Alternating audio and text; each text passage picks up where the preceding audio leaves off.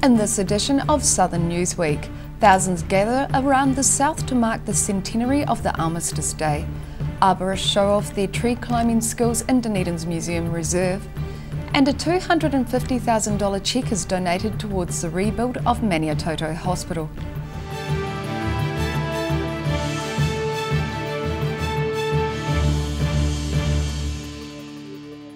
Kia ora, good evening, I'm Melissa Barton. Thousands of people gathered around the south last Sunday to mark the centenary of the armistice that ended World War I. More than 18,000 New Zealand troops died during the war to end all wars, with the country sustaining its greatest losses in the final year. Several thousand people gathered in the sun around the cenotaph at Queen's Gardens in Dunedin yesterday, among the crosses which commemorate the nearly 4,000 soldiers from Otago and Southland who died during World War I. Wreaths were laid and poems were read by pupils from King's and Otago Girls High Schools.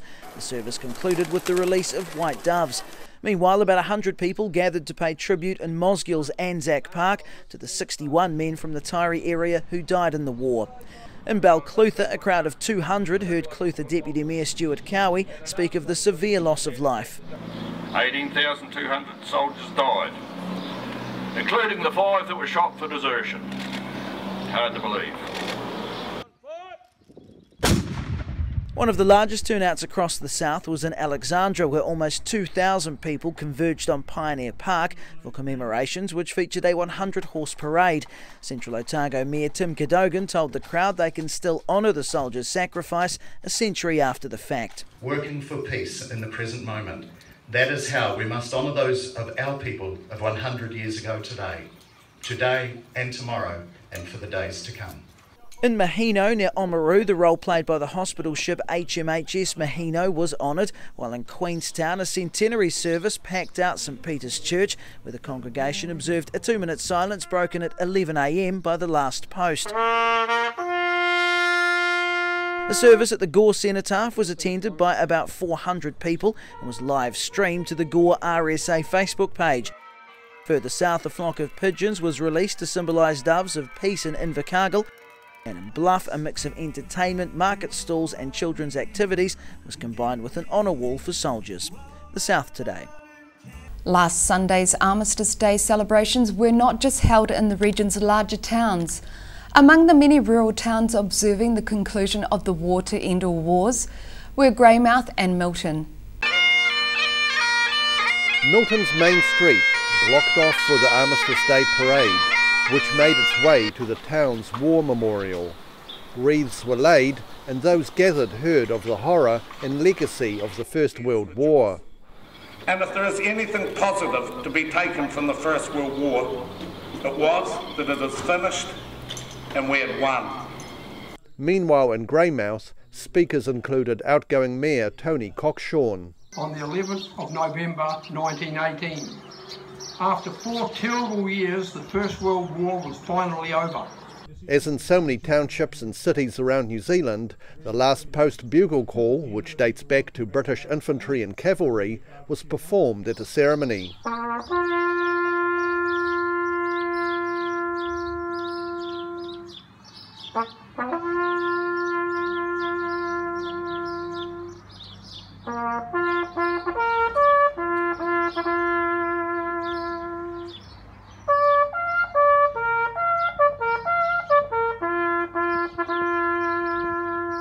In Milton and Greymouth for the South Today.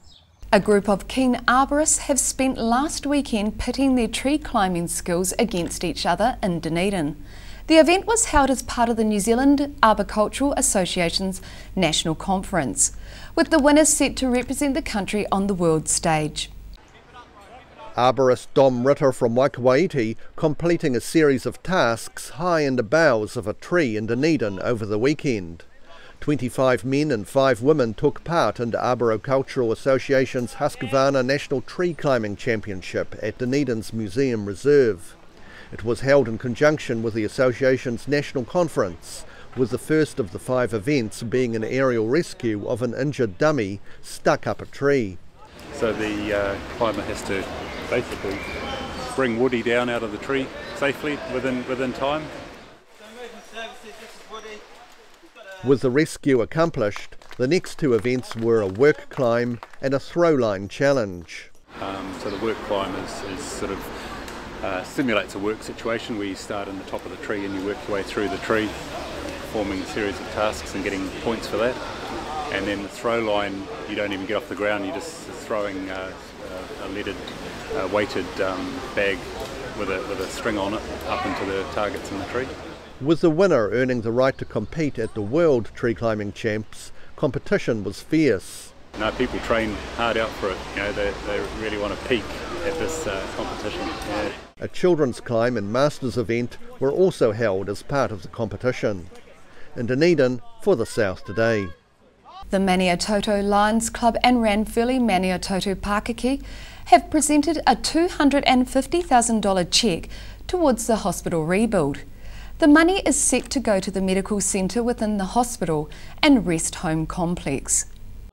A big cheque for a huge amount. The Maniatoto Lions Club handing over a cheque for $250,000 to go towards the area's new hospital.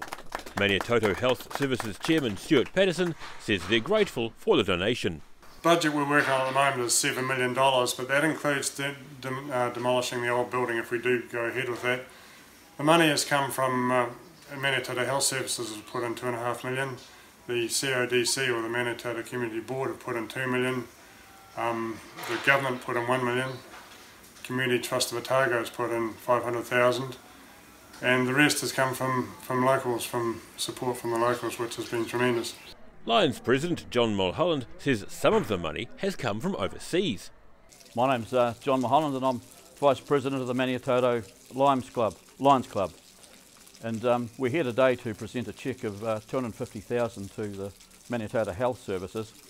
It's also on behalf of our local Maniatoto Pakeke Lions Club, and we've also had grants from Lions Club International out of America and also our local New Zealand Lloyd Morgan Trust.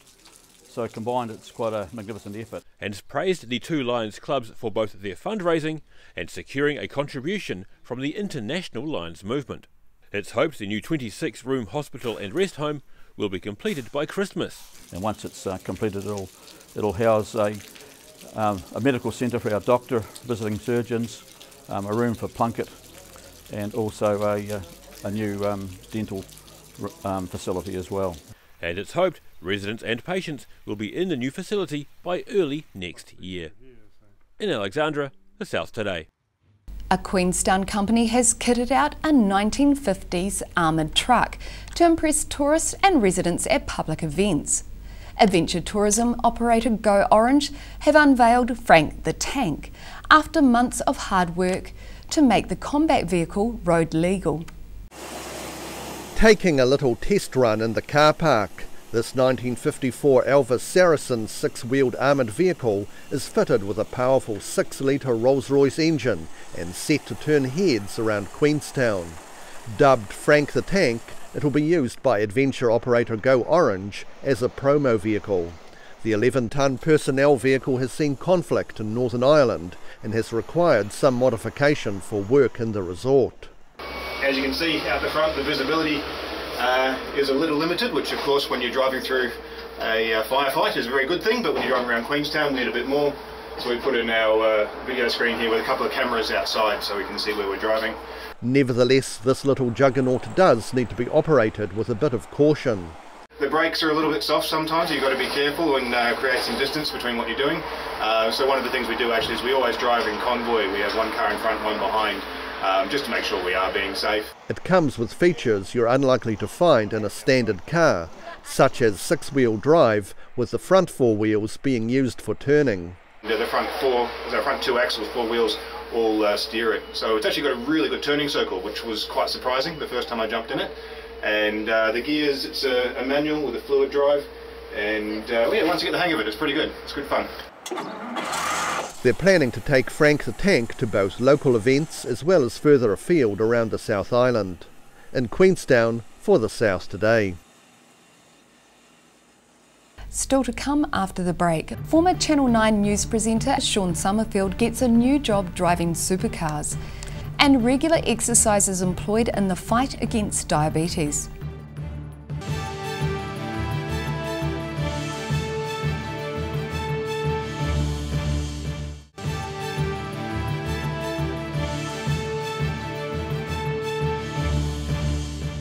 Welcome back. Former Channel 9 news presenter and more recently former News Hub motorsport reporter Sean Summerfield may have the best car job in New Zealand.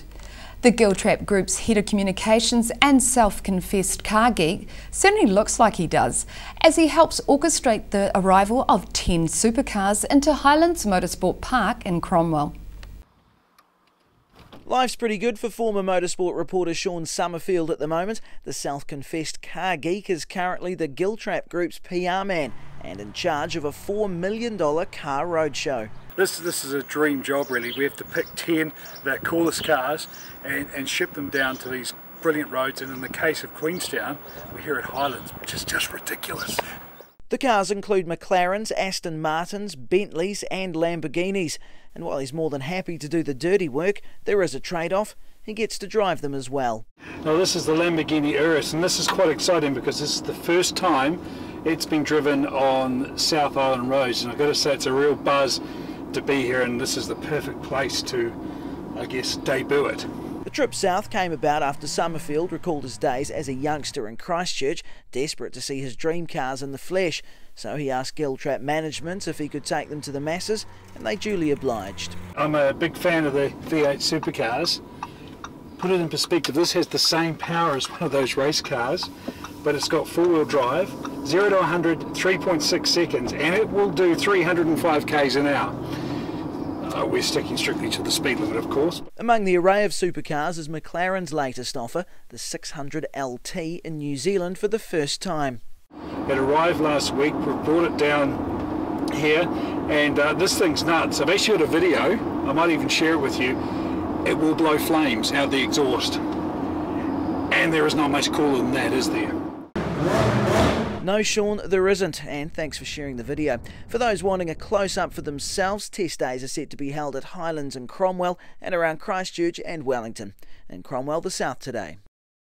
A man who allegedly smashed a windscreen and punched another motorist, causing him to collapse in a Dunedin road rage incident 2 weeks ago remains at large.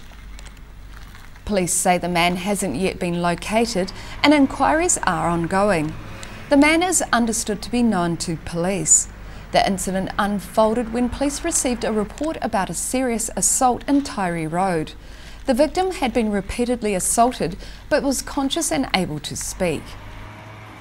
A group of people with type 2 diabetes took part in a virtual walking, cycling and rowing trip from Dunedin to Invercargill, all in the comfort of their local gym.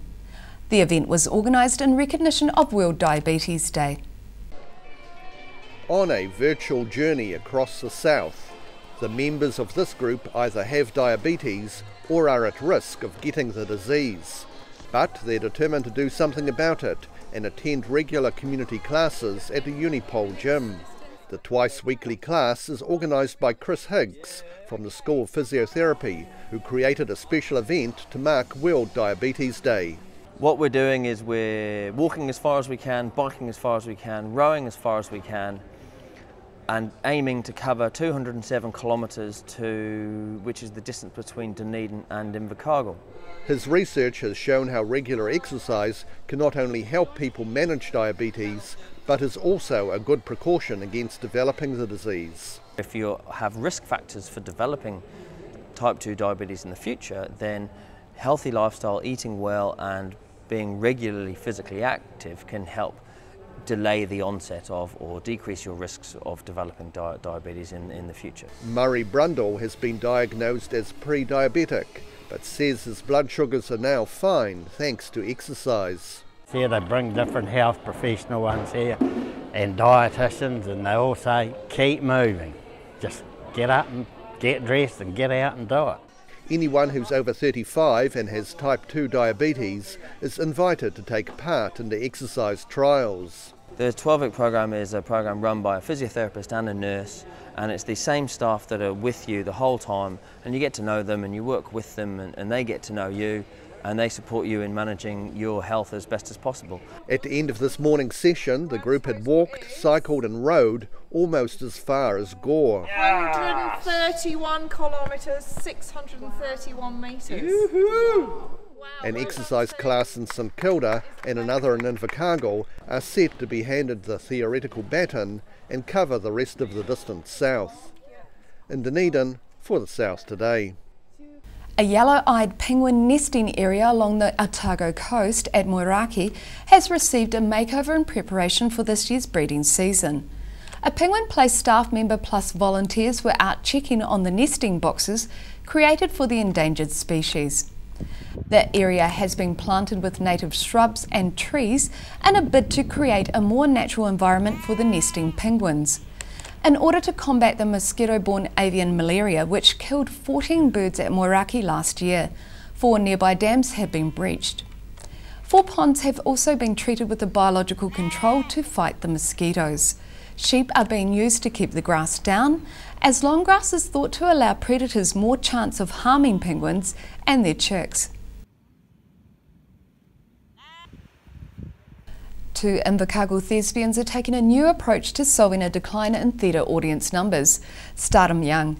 Performing artists Sarah McCarthy and Jade Gillies arranged for about 2,000 Southland school pupils to attend a show in Invercargill recently, hoping to get kids hooked on theatre. Filing in for fine theatre. Southland pupils being treated to the Messy Magic Adventure show at Stadium Southland. Event manager Jade Gillies says 2,000 kids attended the show.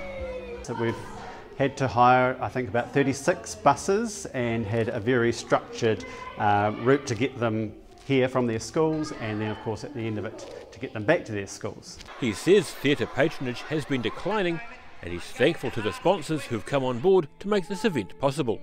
Schools didn't pay for the buses, they didn't pay for the venue. So we've been really lucky that the ILT Foundation and the Invercargill Licensing Trust have come on board to pay for the venue.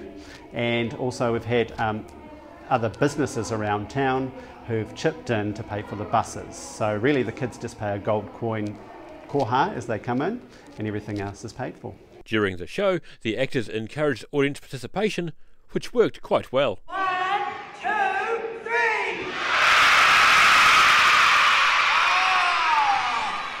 And he hopes events like this turn around a nationwide drop in theatre attendance. And one way to deal with that is to get kids hooked on theatre at a young age. So that's the reason behind this, so that one day these kids, who are all aged 5, 6 and 7, will be our audiences in the future and hopefully bring their kids along, and it'll all grow from there. He believes hosting events like this could attract some youngsters to watch live theatre and others to tread the boards to entertain their peers. In Invercargill, the South Today. Still to come after the break, a Tyree peony grower gets ready for another bumper crop this summer, and a Westport dredge is set to begin a much needed clean-up of Greymouse Harbour.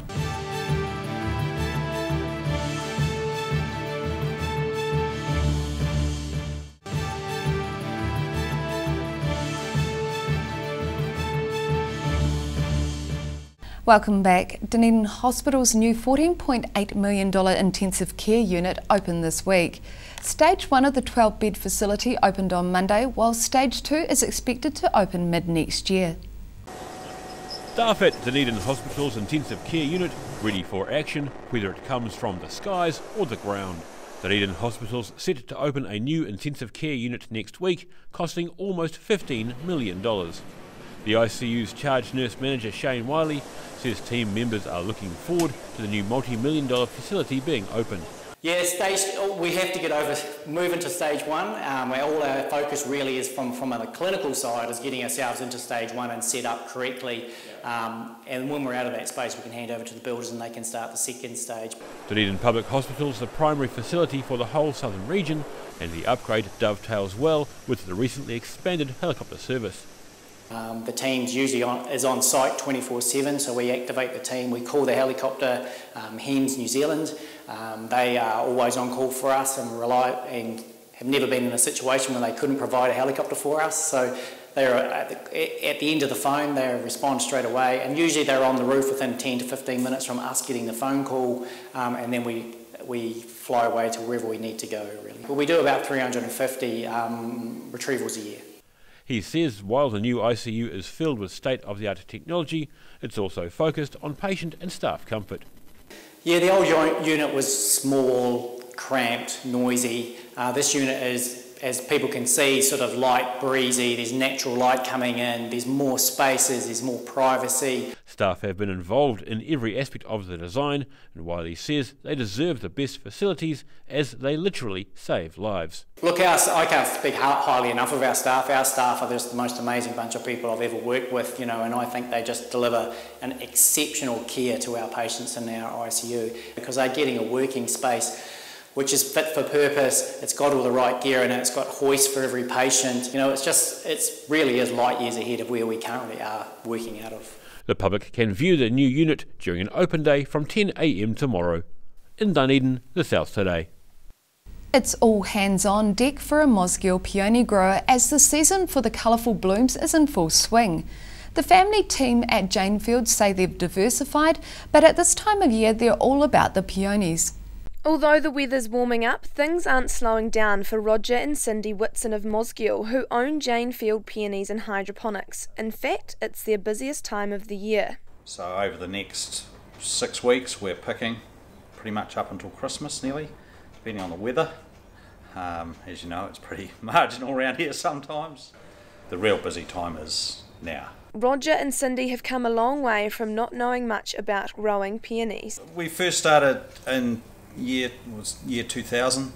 We're looking to diversify out of our jobs. We had a 10-acre block here, and we started off with 2,000 peony plants, and currently we're up around the 10,000 peony plants, tubers in the ground. Not only do they grow peonies, but also hydroponics.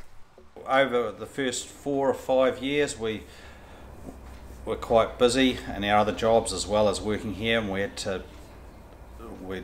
bit the bullet and decided we were going to go full-time at home, which we put a hydroponic unit in as a sideline, lettuce and herbs to the local market to help complement the peony business. They now have a vast range of Asian greens, herbs and also strawberries, which work as a good backstop for if something goes wrong with the peony crop. But for now it's all hands on deck with the flowers. Picking, packing, taking all the side laterals off. It was all done by hand. They may expand their peony crop in the future, but they already have plenty to keep them busy. In Dunedin for the South Today. The colour of fun was bright and cheerful for the recent Alexandra Rainbow Run. More than 200 people chose to be pelted with colourful powder as they ran the 5-kilometre course. Sport Otago's annual Rainbow Run returned for another colourful day in Alexandra. About 230 people enjoyed the 5-kilometre run, braving the coloured powder checkpoints to become human rainbows. The event raised about $1,000 for Sporting Chance, the program run by Sport Otago that provides financial assistance for children to take part in sport. Simon Henderson for the South Today. The main entrance to Wanaka could be in for a dramatic change if a proposed development is approved. Directors of Mount Iron Junction Limited have applied to the Queenstown Lakes District Council for a resource consent for the multi-million-dollar development. The main entrance to Wanaka in central Otago, relatively unchanged for decades, but now a major change is on the cards. Directors of Mount Iron Junction Limited have applied to the Queenstown Lakes District Council for resource consent for a $20 to $30 million development right here at the intersection of State Highways 6 and 84. It's 5.8 hectares of land, and the council wanted to see the infill, see how it looked as a complete concept. So we've obviously filled in all the gaps. So there's not going to be no fish hooks down the line. You know, it is what it is. You've seen it all on a piece of paper. Not only would the site be used for a village for up to 90 seasonal and long-term workers, it would also allow for a new double-lane roundabout to be built.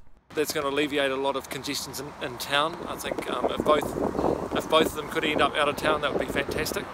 The company's master plan suggests 2 stages, with the first including a service station and accommodation, the second a motel and commercial precinct. Shika says worker accommodation is going to be a key aspect of the project. And I'm an employer in town. It's very, very hard to find accommodation for your staff in town. And I think there's even people that would like to come to town and have a job but can't actually stay here. So purpose-built worker accommodation village is going to be a big thing for Wanaka, I think. He also has an agreement with Caltex, which would shift from its existing site in central Wanaka. The timeline of the construction is subject to consent. In Wanaka, the South Today. A pricey but much needed dredging of Greymouth Harbour is about to get underway with the help of a dredge supplied by neighbouring Westport. The government and local body funded dredging project is estimated to end up costing just under $1 million. Making its way into the port of Greymouth, a dredge on loan from Westport arriving to begin the long overdue dredging of the fishing port. Yeah, so this is the Kawatiri, the Westport dredge. He's come down here to dredge the lagoon here at Greymouth. The Grey District Council's engaged the dredge to urgently clear the port's lagoon to a 4-metre depth as silt build-up has been restricting shipping. But the project doesn't come cheap, with a $750,000 government grant from the Provincial Growth Fund, plus an additional shortfall to be covered by the local council. We expect it to be here for about 2.5 months, and hopefully the weather's good and she can dredge the whole time. Buller Port won the contract to clear what's estimated to be 75,000 cubic metres of silt and sludge and dump it out to sea. This will be the first time in nearly a decade the Greymouth port's been properly dredged after years of failed attempts by a small second-hand dredge purchased from Tasmania. Meanwhile, an additional joint $125,000 feasibility study for upgrading both Westport and Greymouth's ports is also underway. In Greymouth, the South Today. That's all for Southern Newsweek. Get online and check us out on Facebook or keep up with Southern News via our website, channel39.co.nz. I'm Melissa Barton. Thanks for watching.